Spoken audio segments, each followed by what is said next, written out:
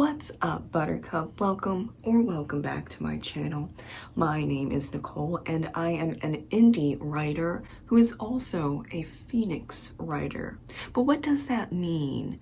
You might have heard that term if you are around the authortube or just really the indie world online. And it was a term coined by the ever amazing Becca Syme, a lovely person who founded Better Faster Academy in 2015. She is a Gallup certified strength coach, as well as her team at the Better Faster Academy. Her and her team helps authors on leveraging their strengths through the Clifton Strength Assessment. And I got into Clifton Strengths, and I know all of my strengths because of her, due to the fact that about a year and a half ago, I was really struggling because I had a lot of people telling me I had to do writing this way and not how I have always been doing it, even though at this point in time, 2025, I have published 3 standalone novels. I've written 2 short stories. I have 4 chapbooks published, and I have 3 books in an ongoing urban fantasy series. So obviously, what I am doing isn't bad, but I've had a lot of people say, you need to outline, you need to write every single day, you need to have a word count, you need. Well, that really froze me as of last year. And then I found Becca Syme. I don't write like others. So then I looked into her archetype videos, and then I discovered that I am a Phoenix writer, and that's why we're here today, because it is kind of niche.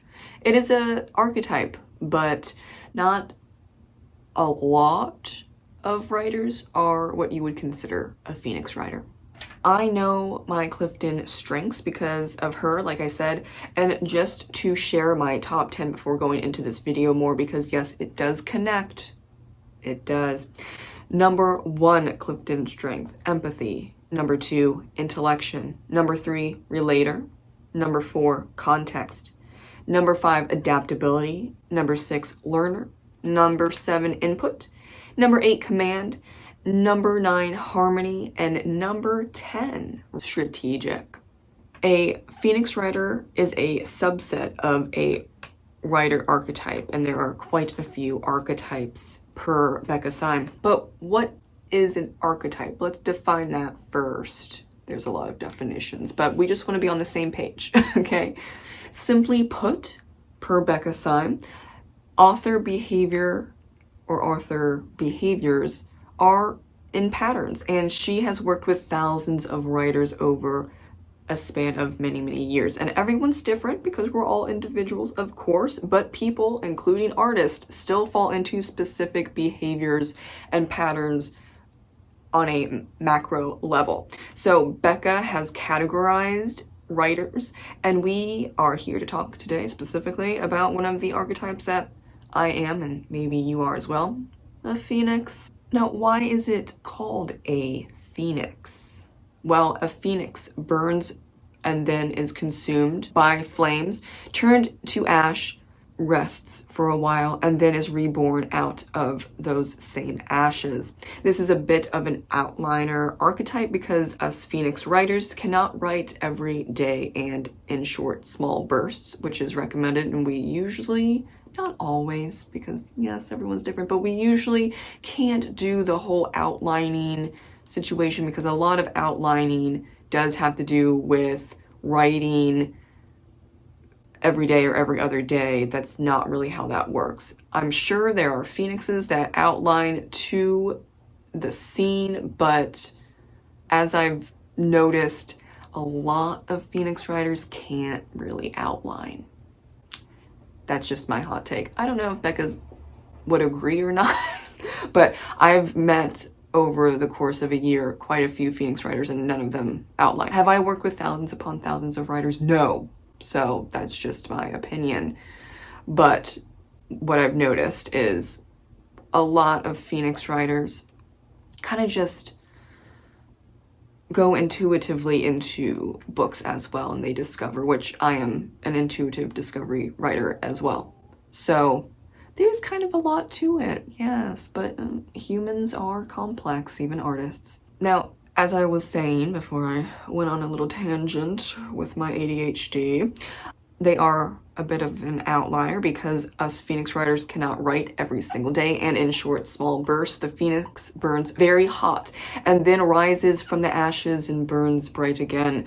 If you are a Phoenix writer like myself, you'll work very hard in bursts. Like when I'm at my high burn, I can write 15,000 words in 2 weeks, but then I quote unquote burn out. I die and then I turn into ashes, and that is the recovery period. And the recovery period really depends on the person, but you are recovering from that burning hot, that high energy, just go, go, go. So my recovery time would be reading, hiking, baking, really just depends. And that recovery time also depends on the person. Sometimes I can go months without writing a single word, but that is normal. That is my recovery period because I wrote so many words in 1 week versus others that will write 200 words a day, but it takes them a really long time to get up to that specific many, many thousands of words. But that doesn't mean that Phoenix writers are broken. It's just how we are. That's why it's a archetype. But after my break, however long that break is to recover from my burning bright, I am reborn again and I write, let's say, 15,000 words in 2 weeks. And this cycle continues on and on until I finish my novel. Phoenixes work in large burning blocks of time. The ashes cycle is not burnout. It's just a break because we put so much into our writing in those large burning bright blocks that many people will say we're burned out because we have not written a word in, let's say, for example, 2 months. But don't worry, we are just chilling in the recovery period. You don't have to be very empathetic, like empathy is in your top 5 Clifton strengths, nor do you have to have ADHD. I have both to be a Phoenix writer, though I'm sure there are, of course, patterns that connect. And if you watch the Phoenix archetype videos that I've linked below, Becca does talk about ADHD and ADD. You don't need to have them to be a Phoenix writer, but it seems to be that the pattern for many Phoenix writers. You've got ADHD, welcome, hello. It's a great club. After all of this, if you think you're a Phoenix writer, welcome, hello. There's nothing wrong with you. Embrace it and forget what others are trying to make you do, outlining trying to write every day, being on a writing schedule, so on and so forth. It just doesn't work for everyone.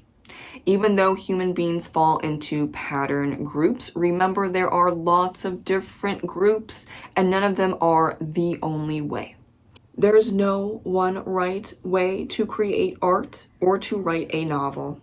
And if people are saying that you have to outline and you have to write every day and you need to fix your Phoenix writing, run away.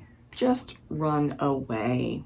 If you're interested more in learning about being a Phoenix writer or the other archetypes or Becca's many, many fantastic books on writing, I have tagged her YouTube channel down below, and I have also linked to the archetype video sequences because she has quite a few of them. And I hope that this helped in any way, shape, or form, and also introduced you to the fantastic Becca Syme. She helped save my writing career, and I didn't even work with her one-on-one.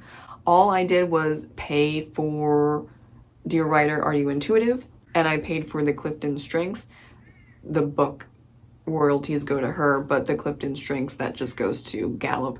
So she's not getting quote unquote paid for my time. It's not promotional or anything like that. I just believe in her and her work, and I trust her wholeheartedly, and I always recommend Becca Syme.